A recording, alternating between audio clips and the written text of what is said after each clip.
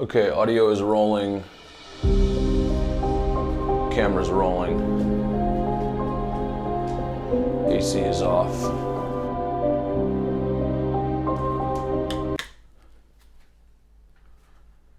I just don't know if this is gonna work. The first thing we'll do here in this scene where an actor is leaving the apartment in a rush, something suspenseful, is turn off the lights that are not really working for us now. This is the daylight that we are working with coming through the window. I'm gonna block some of it off. So we have a little bit, but what we will do moving forward will overpower this. I have to assume that you are at least a little bit aware of upstage lighting in a very simple and easy to do way. We'll bring in some backlight on me with a tube. So the light is coming from above. I want it to be more of an edge around me, something that might be a little more suspenseful as I'm leaving the apartment in a rush.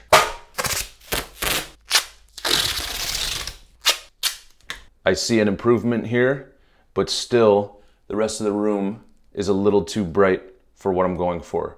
We have a tube light going along this wall right here, more tube light than we need. It's a 4-foot tube light. So I'm gonna tape the side of it that's over there and just make it a little bit smaller. The thing that we're seeing here is a good amount of light bouncing off the wall and filling in the room. So we are getting closer. So the back wall has been fixed and we can see a comparison of where we were to where we are right now. Another thing that we could do, which I don't think I'm gonna do right now, is to make these white walls black by hanging up negative fill, duvetine, garbage bags, whatever you have, so that the light that's hitting these walls is not bouncing off and illuminating the rest of this area. Quick look at what a little bit of the dark side of this looks like if we just hold it up out of the frame. There's white walls on the camera side of this scene. We can raise this up and keep in mind this is only covering a third of what is bouncing back and filling in the room. But I'm gonna just drop it out quickly and we can see the difference. So you can see that getting brighter, a little darker, a little brighter. If we were to fill up the whole room and block out the ceilings, in an effort to move quick, I'm gonna leave that down. And there's still something missing for me here. While never lighting my side of the face that is over here, I'm gonna add another light here and see what that does. So this gives me a little more of what I was looking for. And I'm gonna close the top of it a little bit. Same thing, it's a tube with tape on either side of it. So we are getting a little more of what I want from this additional tube light. So here it is off. And here it is on, creating a little bit more interest in the scene. And now, because there are two lights, it could suggest that there are multiple lights on in this apartment that I'm in. So this light is from Amazon and I find that I use it occasionally for something in the background. It has 3 different modes. So I'll keep this one warm.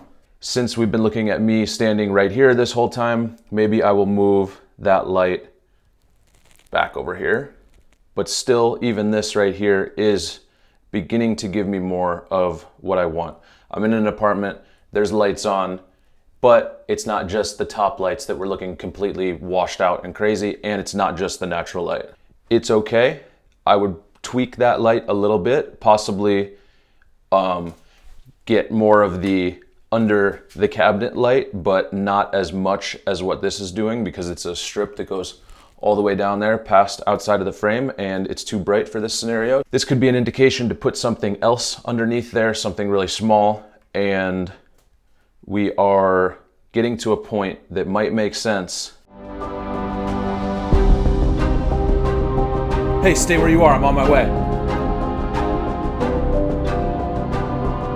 Let's see what this light back here looks like turned down a little. And I'll start with this one off. Less bright in the room overall. So somewhere in between what we were just looking at and this I could land on. So turn up the backlight a little bit. Not all the way, just down a little from all the way. I will just scoot this out of the frame a little bit. That is getting closer to where I want to be. So now I feel that I am in a lived-in space that doesn't look like what it looked like when we were first looking at this. Now just imagine all the possibilities you could have if you had all of the right grip equipment and team here to help you do this. On YouTube a lot, myself included, I'm not paying a full crew and a grip truck to be outside right now to totally do everything that I want right here. But doing this test right here would tell me if I have a scene that somebody needs to be exiting through a hallway, I would come into it saying, I need a 4x4 floppy right here. I need to black out the ceiling and I need to black out the wall behind me and the window that's coming in from over there, even though the window is not doing too much.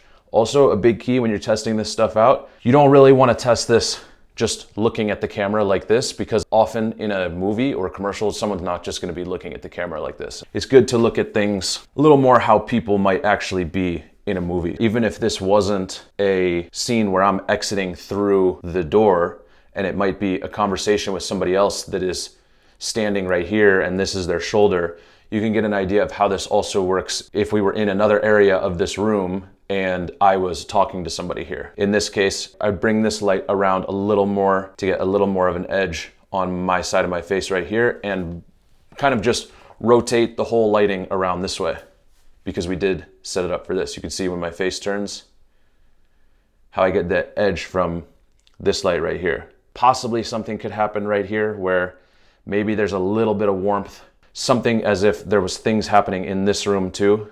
So I'll turn on the light in here and see, no bueno.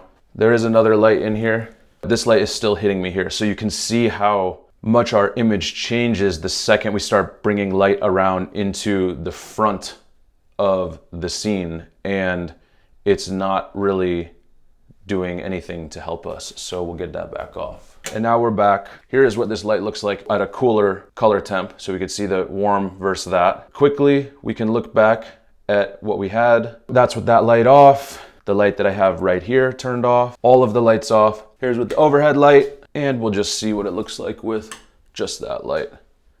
So you can see how even this right here with just a light behind me is not right. So we can see, oh, can we just turn on this one right here? Differing color temps, no control. In a scenario where you really can't control a light that is doing a lot, you might want to just lose it. All right, that's it. This is an LL Bean shirt that I have had for so long. One of my favorite shirts. I have accumulated more of this exact shirt, but this is one of the older ones. Might be time to possibly let it go. Gaff tape taped around the sides to reduce spill like that. There's also grids for tube lights, but I don't have one.